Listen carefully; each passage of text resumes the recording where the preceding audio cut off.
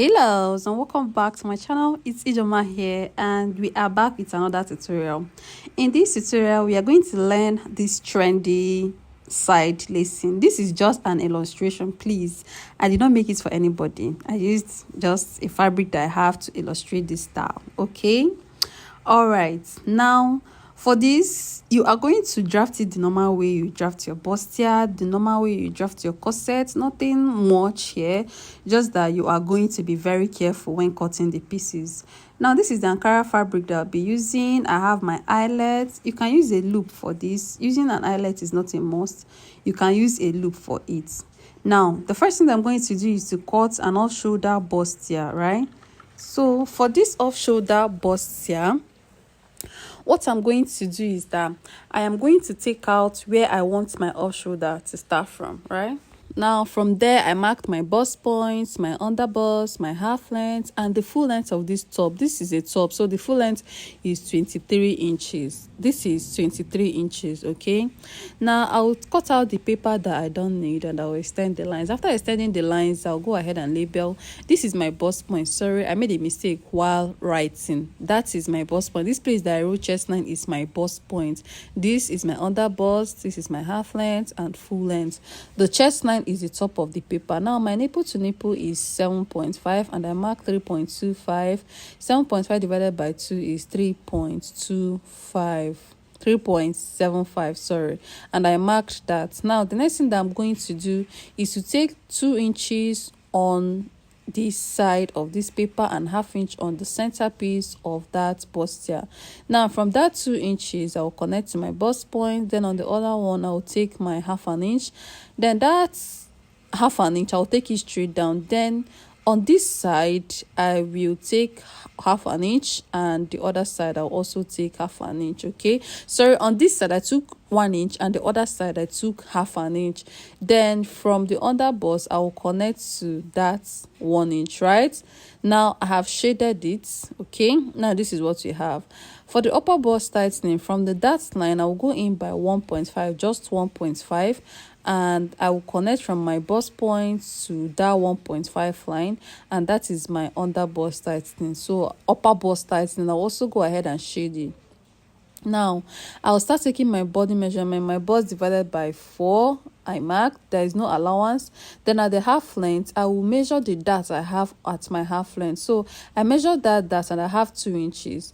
And normally I will snatch my waist. My waist is 30, but I brought it down to 27. So 27 divided by 4 is 8 plus 2 inches for the dart allowance. Then at the hip also, I did the same thing. At the full length, I divided my hip by 4 and I replaced the 1.5 inch that I have at that full length. Then I'll also curve the side. I don't want the side to be straight. I'll go ahead and curve the side.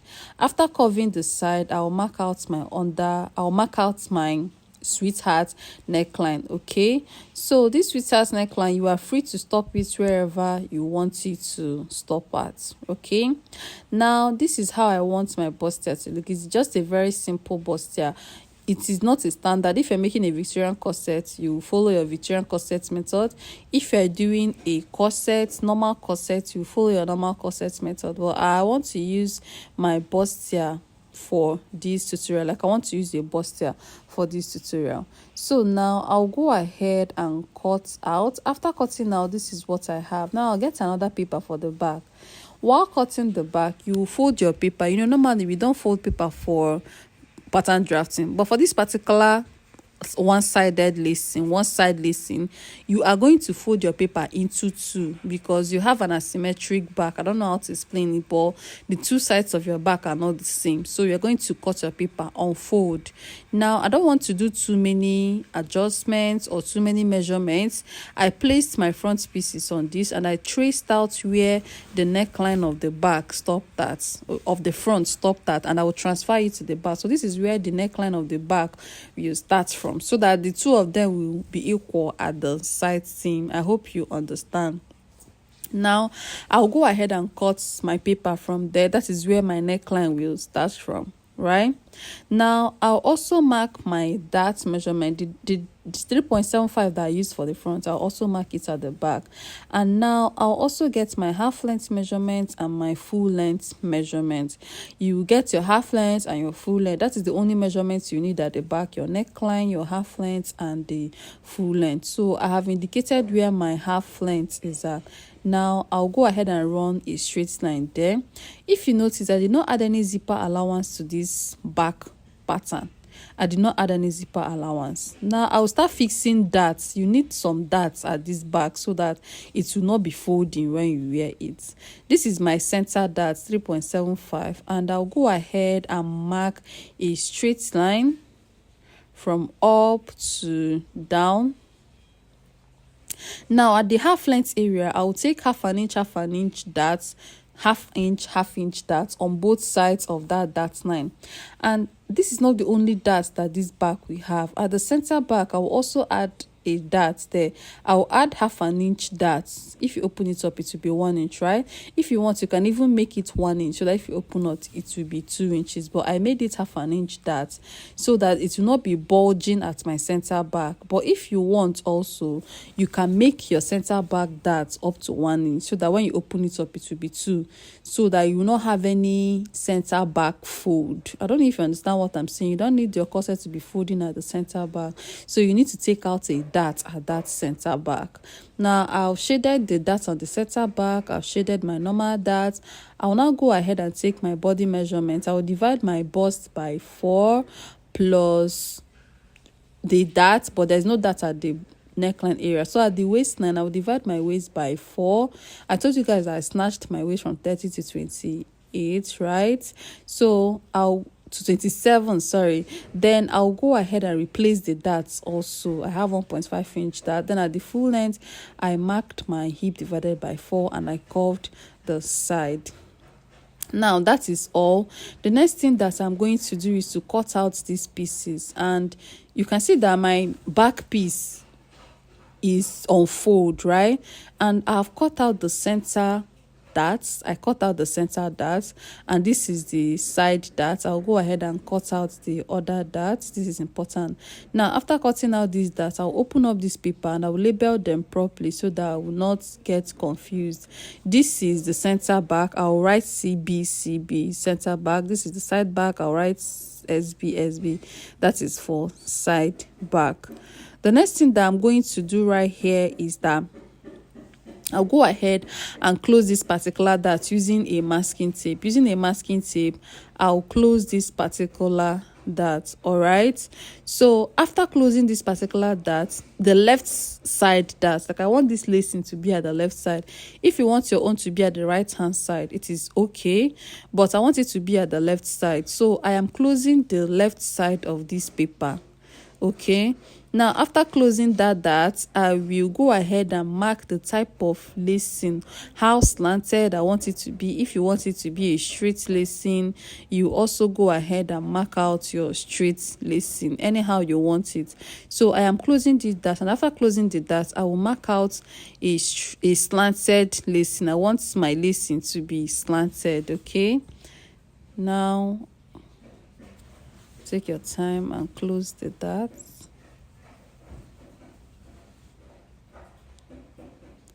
Now I am done closing these darts. Getting my ruler. So this particular dart does not have a particular measurement. This particular lacing does not have a certain measurement. It is up to you to decide how you want your slants to be. So I want my lacing to be around this side of the back, and I'll mark a straight line there. Then from that straight line, you mark like 1 inch from that straight line, also 2 inches. It depends on how wide you want the lacing of your back to be. I'll just go ahead and mark a straight line. Now after marking that straight line, you cut it off.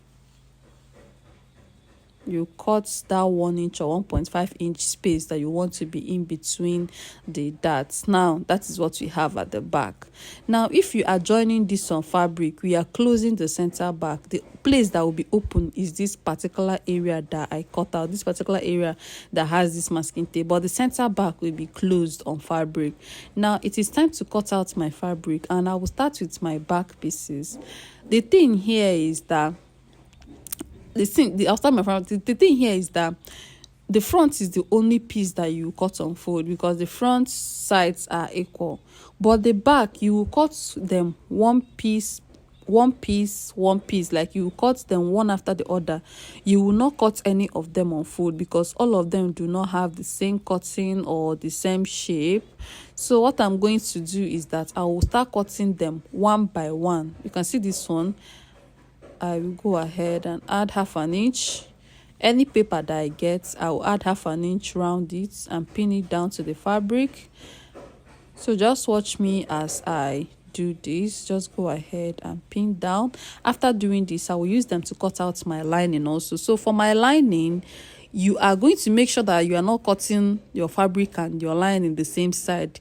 Make sure that they are opposite, so that when you are turning, you will not have any confusion. Okay, so if you cut out your piece, you pin it down and you continue till you are done, including the front also.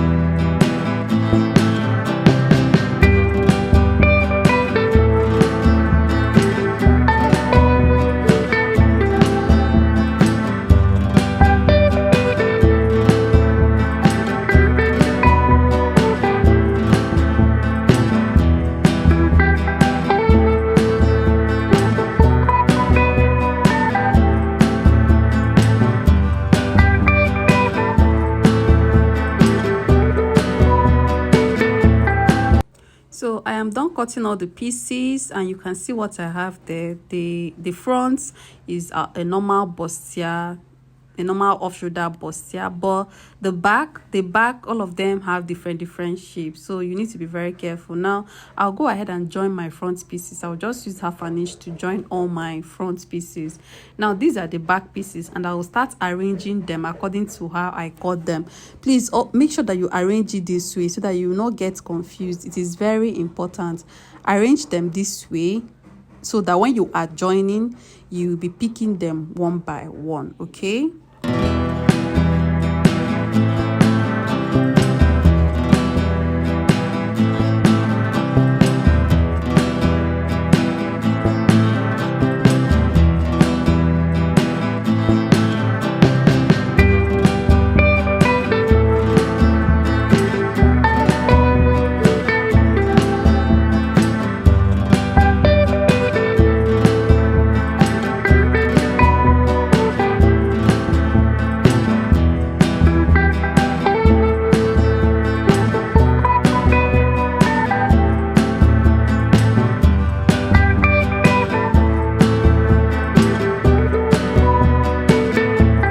Now I'll start joining them. Like, I'll pick the center back first of all. I told you guys that we'll close the center back, so these are the center back pieces. I'll go ahead and close my center back, and as I'm joining, I'm using just 1/2 inch because I added 1/2 inch allowance, and that 1/2 inch that I added is the only allowance that I'll be taking out. Now I'll go ahead and close this one too. I'll close that one, and anything that you do on fabric, you will repeat the same thing on your lining.